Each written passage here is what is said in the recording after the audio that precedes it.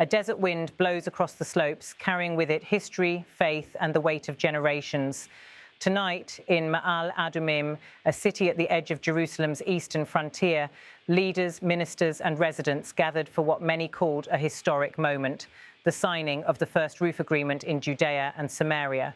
Music opened the ceremony, traditional songs echoing with symbolism, setting the stage for the speeches that would follow. Then, under applause, Israel's Prime Minister Benjamin Netanyahu, government ministers, city officials, and residents took their places. The hall brimmed with anticipation as the community prepared to witness a new chapter in the city's history. The mayor of Ma'ale Adumim, Guy Yifrach, opened his remarks with a deep bow to heritage. He reminded the audience of words from the book of Joshua, chapter 15, verse 7, and the border went up from the valley and turned northward toward the hill that is in Ma'ale Adumim. He told the story of the city's founding when, a century ago, 4 young men and 19 families, all ideological Zionists, ascended the hill on the Founders' Hill. Mayor Yifrach declared, "Today we are taking Ma'ale Adumim one step further thanks to the umbrella agreement that we are signing." He explained that this deal would bring an investment of about 700 million shekels for new neighbourhoods, 500 million shekels for infrastructure, roads, water, sewage and traffic lights, and hundreds of millions more for public institutions, schools, kindergartens and synagogues. Alongside this, old neighbourhoods would be renewed, ensuring development was not only new but inclusive. The mayor turned to one of the most contentious issues, the E1 area, also known as the Ehad neighbourhood. For decades, he said, it had been a point of international controversy, a symbol of frozen politics. But now, he told the crowd, the time had come. He recalled the support from the United States and quoted former Arkansas Governor Mike Huckabee, who once said, "It would be very strange to say that others can live in this area, but Israelis cannot." Applause filled the room as the mayor concluded that, after nearly 30 years, Jews and Israelis would indeed live between the Dead Sea and the mountains of Jerusalem, connecting the land both biblically and politically. Mayor Yifrach's tone shifted to something more personal. "I want you to know that you are in a special city," he said. "This is the city where I was born, one of the first babies born here. I grew up there. I was educated in its institutions. I ran through its streets. I played soccer on street corners even before there were fields here." He described Ma'ale Adumim not just as concrete, but as a place of culture, commerce and spirit. He highlighted its contributions to Israeli art, to the aluminum industry and to Jerusalem's commercial and social life. And then came the challenge to those who question its legitimacy. How can there be anyone who disagrees with our right to live, build and prosper here? His speech then turned to those who had built the city before him, the pioneers, council members and local leaders. He stressed that this agreement would not only expand the city, but prioritise those who had given most to the country. Reservists and long-time residents, he said, would be given priority in housing opportunities. There is no reason in the world that Ma'ale Adumim, a city that is in the top 10 in the state of Israel in reserve enlistment and in army enlistment percentages, would not provide a solution to the growing population and the locals who were born, raised and raised here and want to return home after giving everything for the people and the country. The mayor ended with a personal note to Prime Minister Netanyahu, thanking him for his leadership not only on national issues, but also on a personal level, recalling the Prime Minister's support when Yifrach himself battled cancer. Then it was Netanyahu's turn to speak. He stepped to the podium, greeted with applause. The Prime Minister recalled his own first encounters with the area after the 1967 war, describing the bare hills where he trained as a soldier. Looking back, he said the building of Ma'ale Adumim was like a prophecy fulfilled. They say in the Bible, Jerusalem, mountains around it. We started building city after city, and Ma'ale Adumim was and is a city that is part of our country, and there will be many more Ma'ale Adumims in our country. Netanyahu then addressed the significance of the new agreement. It would double the city's size within 5 years, bringing its population to 70,000.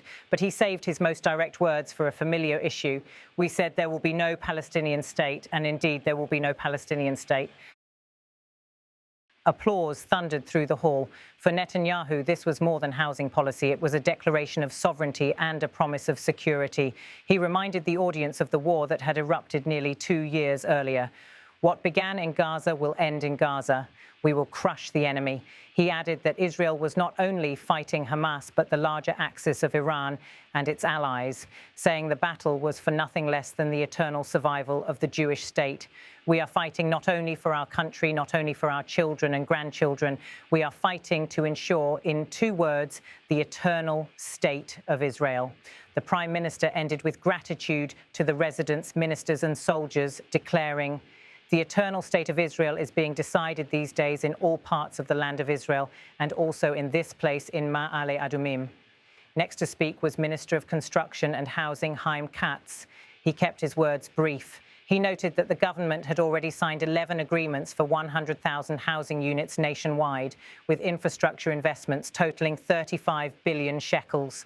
Turning to Ma'ale Adumim, he pledged, "For the first time, we will also build by the end of this year. We will market 3,550 housing units here in the next 3 months." He concluded with a holiday wish, hoping for a year free of wars and filled with reasons to smile. Finally, Minister of Finance Bezalel Smotrich addressed the audience. His remarks tied the local to the national.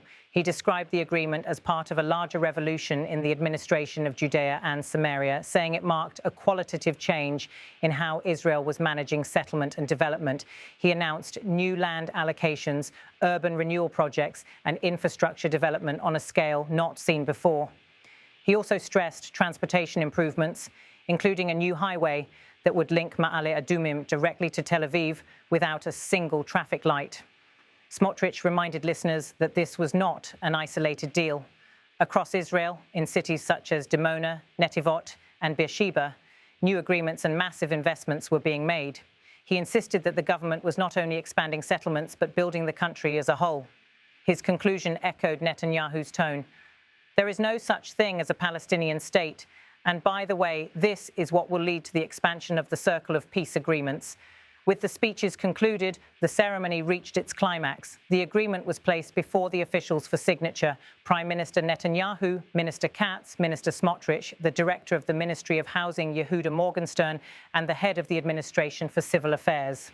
As the signatures were inked, the hall erupted in applause. Mayor Yifrach returned to thank the pioneers who had first laid the city's foundations, to honour municipal employees, and to express gratitude to his family. His words carried a note of humility. A city can be progressive, a leader in all fields, beautiful and clean, but without fine human material, it is worth nothing. He ended with a prayer for the soldiers of the IDF and for the safe return of displaced families. The evening closed with symbolic gifts presented to the Prime Minister, including art by local artists and a Bible case, before a final round of applause and music. For the residents of Ma'ale Adumim, the agreement meant more than numbers, budgets, or infrastructure. It was a validation of their presence, their history, and their future. For the government, it was a statement of sovereignty, resilience, and national vision. As the night ended, one message rang clearly through every speech, that Ma'ale Adumim, rising from the desert hills east of Jerusalem, would continue to grow, not as a disputed outpost, but as a permanent, thriving city of Israel.